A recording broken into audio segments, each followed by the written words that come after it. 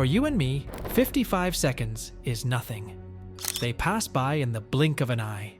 But for Niki Lauda, those 55 seconds stretched into an eternity, a battle between life and death that would go down in motorsport history. It was in those 55 seconds that the Formula One world champion met death head-on, only to defiantly walk away, helmet in hand. This is the story of Niki Lauda's brush with mortality that forever redefined not just his life, but the world of Formula One itself. Lauda once reflected, "I suppose the truth is that I am as well known for surviving that terrible, fiery accident in the 1976 German Grand Prix as I am for winning 3 world championships." His words capture the essence of a man who refused to live under illusions. Calculating, cold, and ruthless, Lauda cast a long shadow on and off the track. He was never interested in the glitz and glamour that often accompanied racing. For him, it was all about precision and results.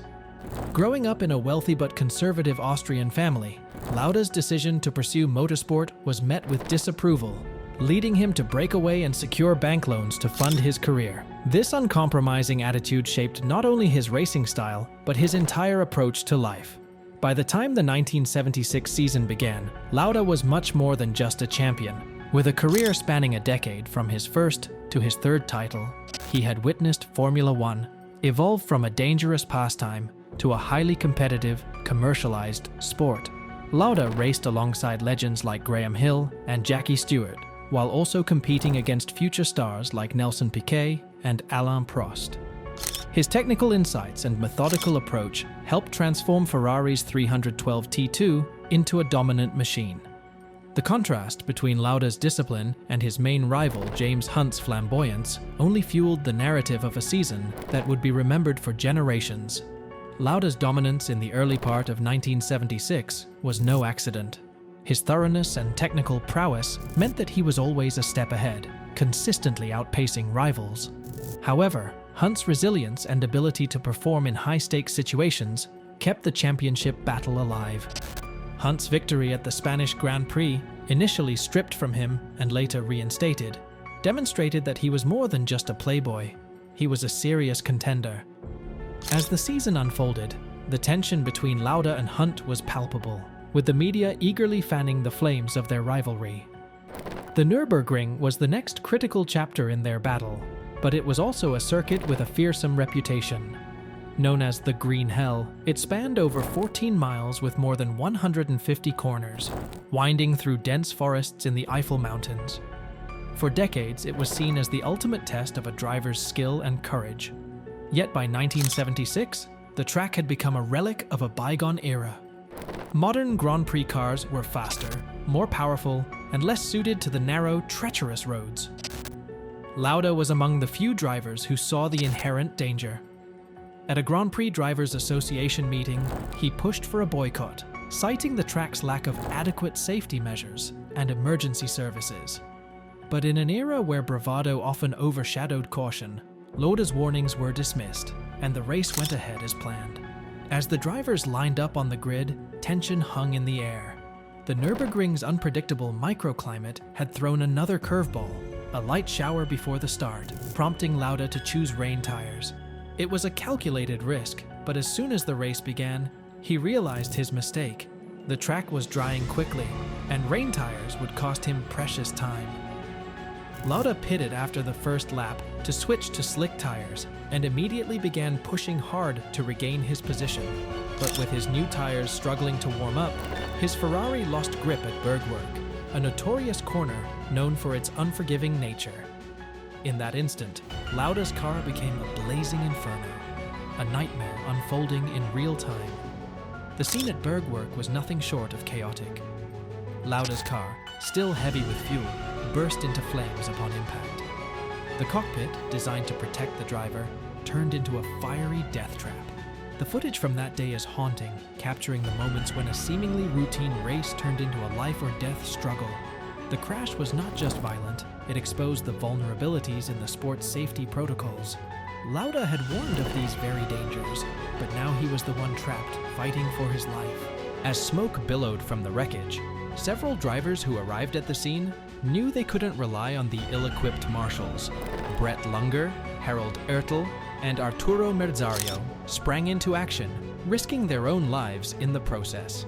Merzario, a former Ferrari driver, recognized that the only chance of saving Lauda lay in freeing him from his seatbelt. The heat and smoke made it nearly impossible to work, but Merzario's familiarity with Ferrari seatbelts proved crucial.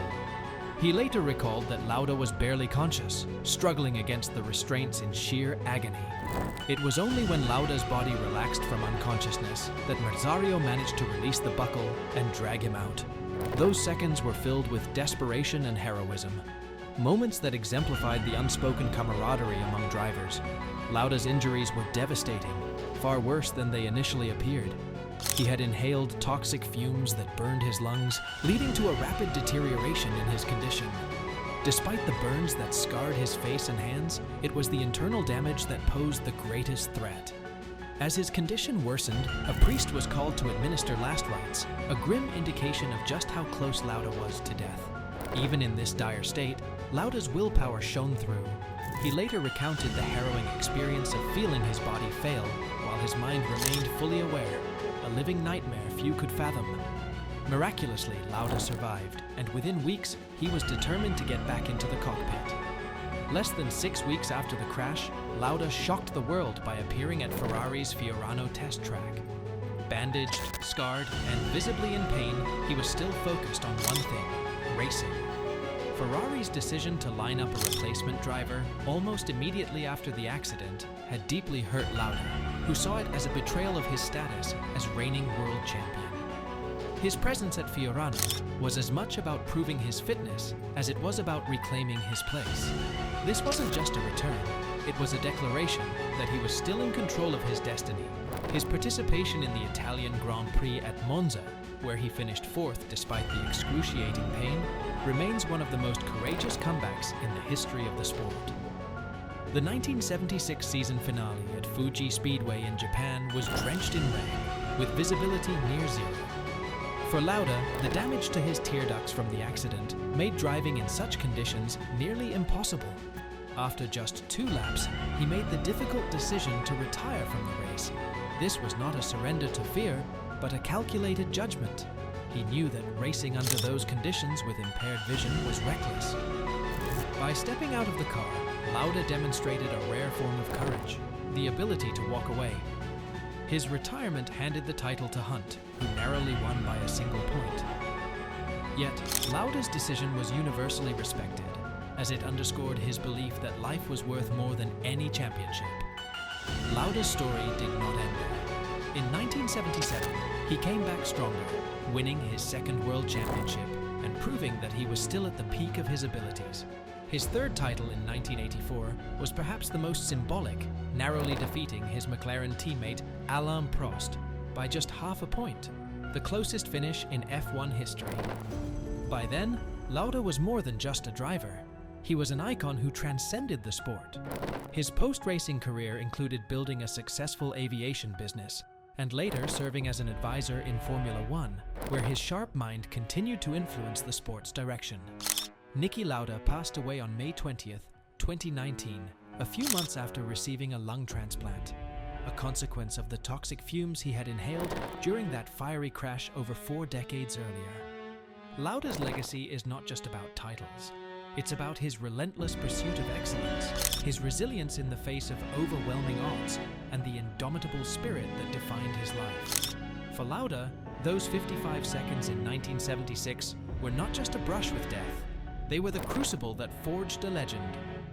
If you found this deep dive into one of Formula One's most pivotal moments insightful, be sure to hit the like button and subscribe for more in-depth stories from the history of this incredible sport.